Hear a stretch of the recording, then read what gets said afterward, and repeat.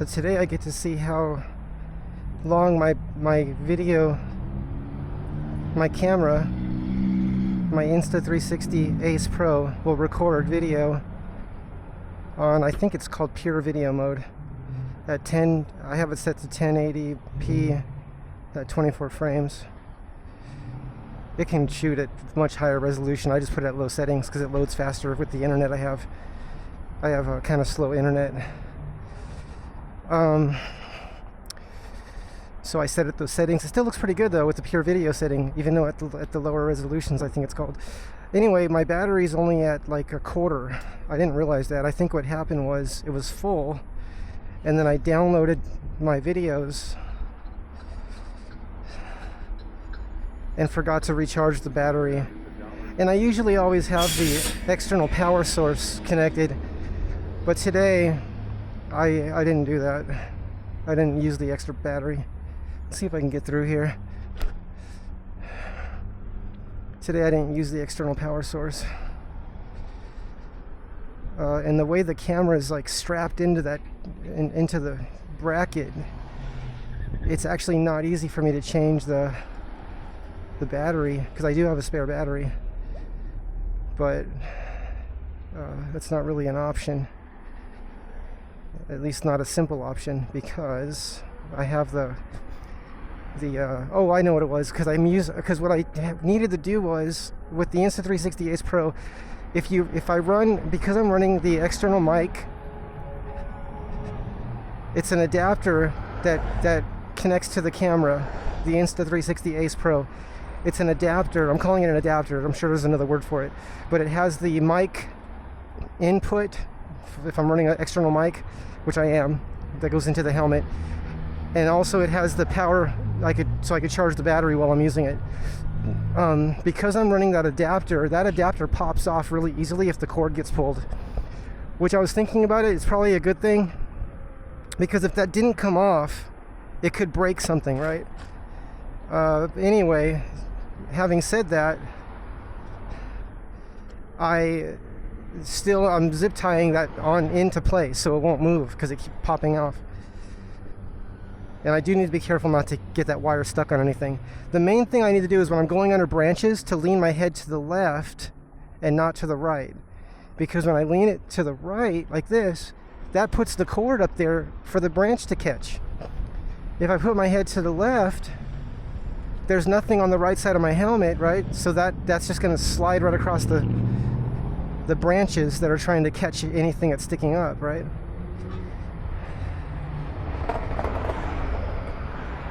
Because I literally, this cable is, this is a braided cable. I have a really strong cable for my power cord. It's a USB-C. That's the power cord that I chose. I bought it on Amazon. I'm not sure what the name of the company was, but it's so strong. Let me turn my light on. And it shows in the ad, like it showed people, like someone picking up a spare tire or something. I'm not sure. It's just showing how strong it is. Okay, there's my light. Oh, the bagel place. Really good bagels there. So, you know, I'll tell you something. I got stuck underneath a branch, and it lifted me off the unicycle. I weigh 180 pounds. It lifted me off. And that cable still works. Now, it doesn't work perfect. It did bend at the end a little bit on the other side, the side that goes into the power supply, the external power supply. The side that goes into the camera, because I wrapped it around the GoPro mount that glues to the helmet. That's how strong that is, which I think is 3M double-sided sticky tape, right? Industrial strength. But what doesn't make sense to me is I've used the same double-sided sticky tape that I buy in a roll. I've used it myself, and it's not as strong as the ones that come I'm probably gonna have to walk through this. I'll try riding through. It's not as strong as the ones that come already on the mount that mounts to the helmet. That double-sided sticky tape is so strong. That's the one that I literally lifted me up, right? 180 pounds times what, 2 or 3? Because considering I had momentum and I was moving, and it lifted me off the EUC, and the EUC just like rolled forward and fell over. Luckily, it didn't take off, right? The EUCs are doing really, really well at not taking off these days. I'm just going to credit that to the updates that have been continuously taking. Well, yeah, they're always working on. Uh-oh. There we go. That was complicated. I had to go around that woman and then not get hit by the bus and then get back on the sidewalk. Did you see that? A lot going on there. EUC will keep you on your toes, right? A lot of courtesy here. A lot of people being kind, professional. I'm not sure what to call it. Showing great etiquette, road etiquette, right? Okay. So at some point, I do wonder. Well, I think the camera will notify me when it's going to turn off. So that way, I'm not talking to myself for like an hour, and I'm like, oh, the camera's been off, and I don't know how long. I think it'll tell me when it turns off. It'll probably tell me when it gets low. It's pretty low right now. So what do they call it? What is the moral of the story? Is there one? Let me see. Maybe have two. Yeah, this is what I think it is for me as a personal note, to have two power supplies, external power supplies, right? Because today I didn't bring my external power supply specifically because I didn't want to bring that really big. To me it's pretty large. It's like a 33,500 milliamp hour, right? MAH external power battery for charging your phone or whatever you want to charge. In this case, it's for the Insta360 Ace Pro. I didn't bring that today because it was kind of big, and I didn't want to. I've been putting it on my belt, and I'm like, I just don't want to do that right now. Now, if I had a small one that was maybe 2 or 3 times the size of the capacity of the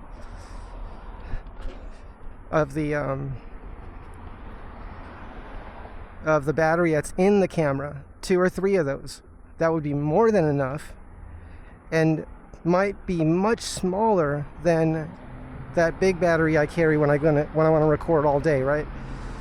Because between my 512 megabyte, or what is it? Is it my megabyte or gigabyte? Oh, it's embarrassing. Let me think. I think it's gigabyte. Yeah, it's gigabytes. I have a 512 gigabyte SanDisk. That's what I use because I've always used SanDisk. That's what I use. I know there's new companies now, and maybe they're not new. Maybe they've been here a long time. I just have always used SanDisk, back from the photography days, and when digital photography was first getting big, and so I still use those. I like SanDisk. To me, SanDisk was like the high quality memory cards to use. So I don't see any reason to change that right now. But if I start talking to people that are in the industry and in photography and stuff, and they start telling me a reason to switch, that could losing my balance. That could be, I could reconsider that. But I still like SanDisk, and I may not switch. So I just bought a 1 terabyte. I don't know if it's 1 or 1.5. I think it's 1 terabyte, yeah. I just bought a 1 terabyte memory card for the Insta360 X3 because I want to be able to record about the same record time, but in 360, right? Or at least on the, well, yeah, just, I don't know if it'll do 360 at that long for 20 hours. I like to use the 1080p, 24 frames per second. That's the settings I like to use. Like I said, that helps me with my internet speed. Like, it helps me to be able to upload pretty quickly. Well, not really quickly, but less time consuming.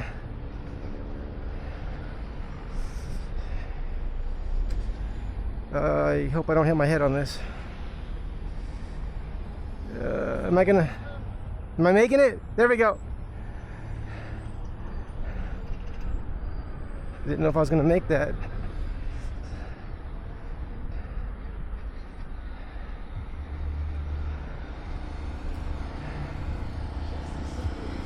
Okay, another one.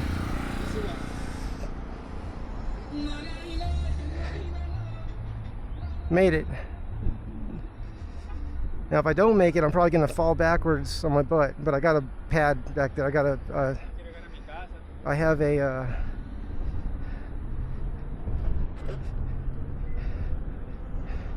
I have the tailbone protector back there.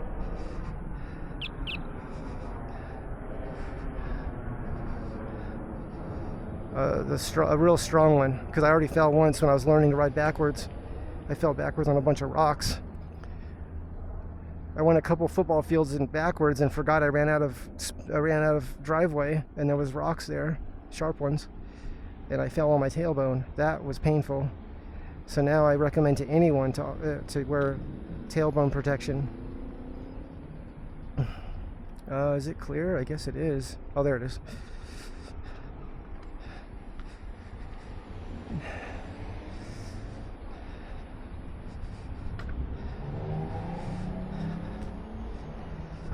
So there was a couple gentlemen back there, a little ways back, maybe a block back or half a block back, that just had the biggest smiles as they rode by. They were just big smiles, and that makes me happy.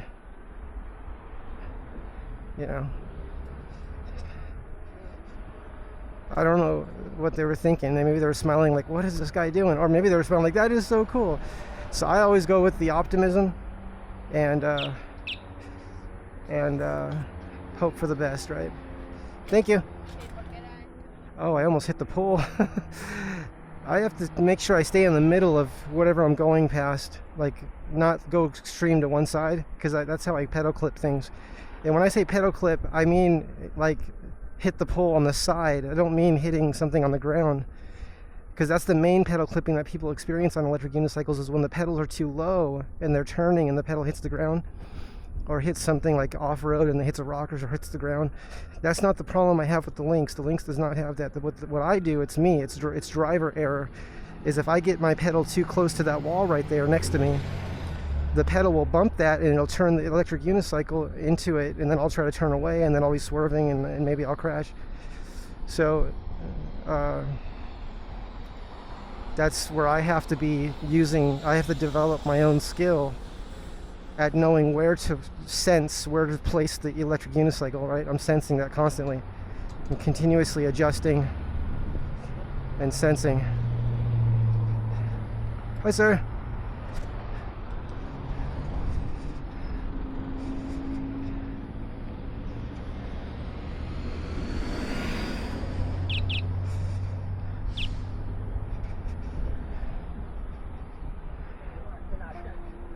Okay, no cars coming, good.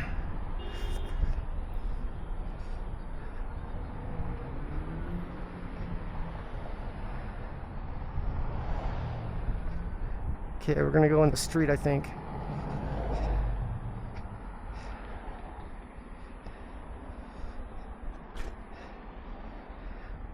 Let's see if I can squeeze through here. Made it.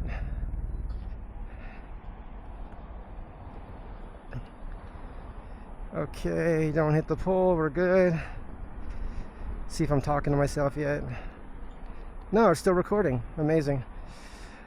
I'm gonna say very good battery, because this battery only had like 25% left.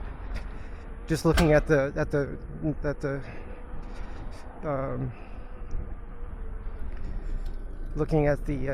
you know, how not a percentage, but just I could see the bar, and it looked like it had about a quarter of what would be considered full.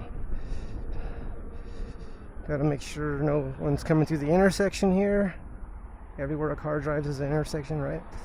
Oh, so I made a video, it's still loading, but I'm making more videos requesting that the automakers please consider the Bill Kendricks, who is a NASA projects manager, retired, in memory of Bill Kendricks, whether he's still here or not. I don't know if he's still with us, because it's been a while, and he was really up there in age when I learned about this many years ago.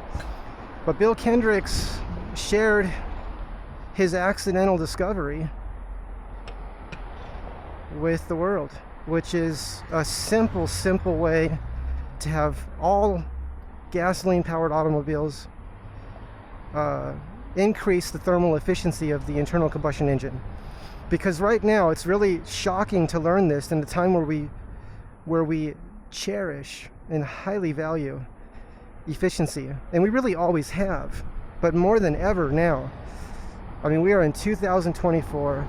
It's all about efficiency. It's all about maximizing that efficiency, right? Now, if I could read without end articles on trying to recapture the waste heat and do something with it. This is quite amazing. I can't wait to say this to you, even though I've said it before, and I'm going to say it again, and I'm going to say it with just as much enthusiasm each time, maybe more each time, because it just gets more and more exciting as I find new words and new ways to say this. Right next to you is that imagine bringing the fuel to the heat.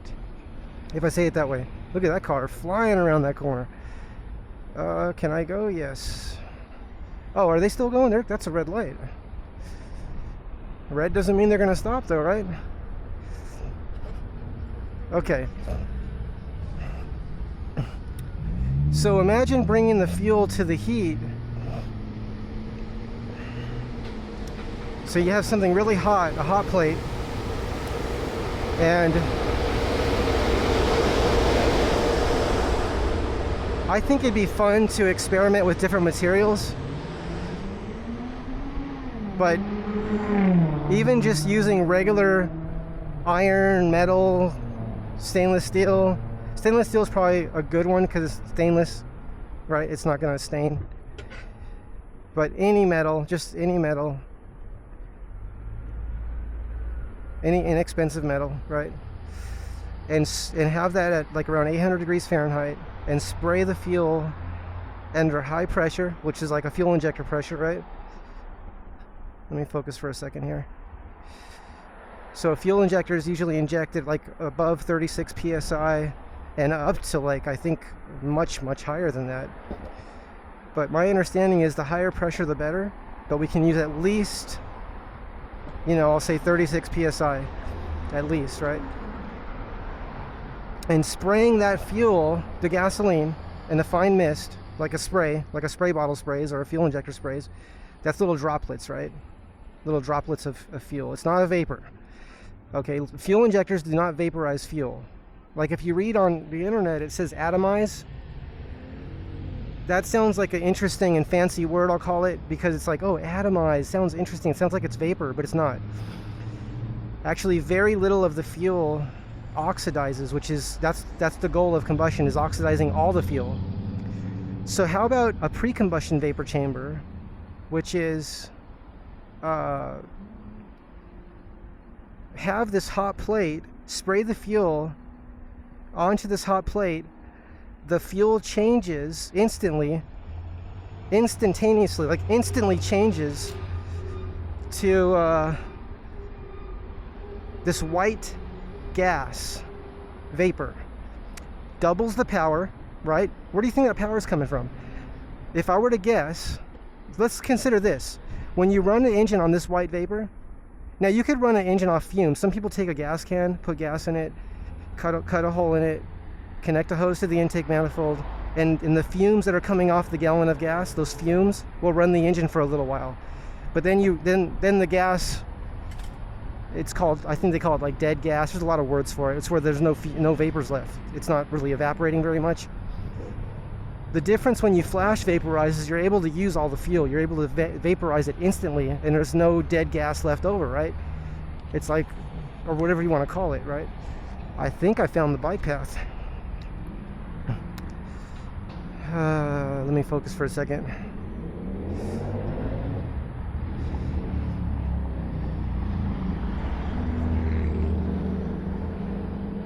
So when you flash vaporize the fuel, it's totally different, okay? First of all, if you're using the if you're just using vapors, the fumes that come off of fuel, right?